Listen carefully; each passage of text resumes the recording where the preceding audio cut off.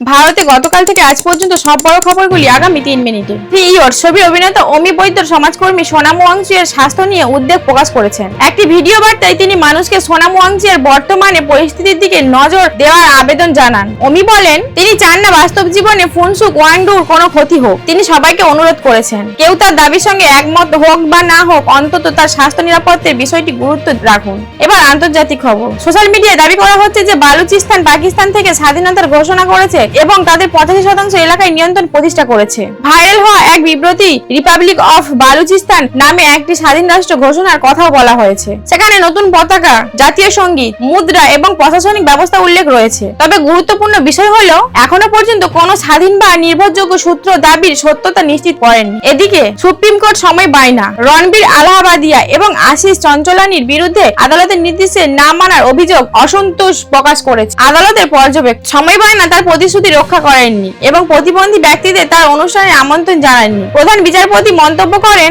যদি এটাকে অহংকার না বলা হয় তাহলে অভিধান অহংকারের সংজ্ঞা বদলাতে হবে। এই বিতর্ক প্রতিবন্ধী ব্যক্তিদের নিয়ে করা কথিত সংবেদনহীন মন্তব্যকে কেন্দ্র করে। জাতিসংঘের নিরাপত্তা পরিষদের 2018 ও 29 সালের অস্থায়ী সদস্যপদের জন্য ভারত আনুষ্ঠানিকভাবে প্রচার অভিযান শুরু করেছে।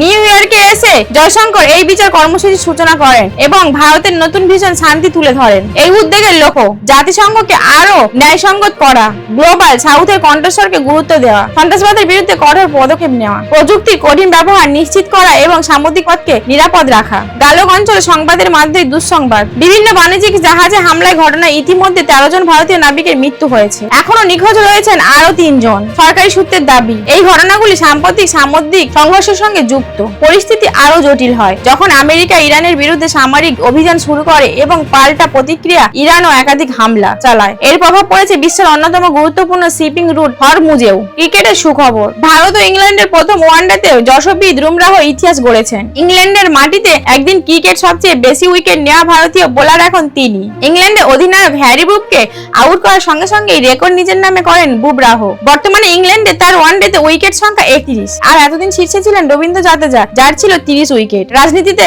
কংগ্রেস সভাপতি মল্লিকার্জুন খাড়গে জানিয়েছেন যে কর্ণাটকে মন্ত্রিসভায় সম্প্রসারণ খুব শীঘ্রই হবে। রাহুল গান্ধীর বিশ্বের সফর থেকে ফেরার পর এই বিষয়ে চূড়ান্ত সিদ্ধান্ত নেওয়া হবে বলে তিনি জানান। বর্তমানে কর্ণাটক মন্ত্রিসভায় এখন 20টি মন্ত্রীর পদ খালি রয়েছে, যার ফলে একাধিক কংগ্রেস বিধায়ক মন্ত্রিত্বের জন্য সক্রিয় লবিং করেছেন। সবশেষে নেপাল, কাঠমান্ডুতে রাইড শেয়ারিং চালক গণেশ নেপালি পুলিশের সঙ্গে বিবাদের পর আত্মহত্যার চেষ্টা করেন এবং পরে হাসপাতাল তার মৃত্যু হয়। এই ঘটনার পর রাজধানী সহ বিভিন্ন জায়গায় ব্যাপক বিক্ষোভ শুরু হয়েছে। বিশেষ করে তরুণীদের বড় অংশ রাস্তায় নেমে প্রতিবাদ সামিল হয়েছেন। এবং এমন আরো গুরুত্বপূর্ণ কারেন্ট অ্যাফেয়ার্স ও বড় খবরের আপডেট পেতে আমাদের ফলো করতে ভুলবেন না।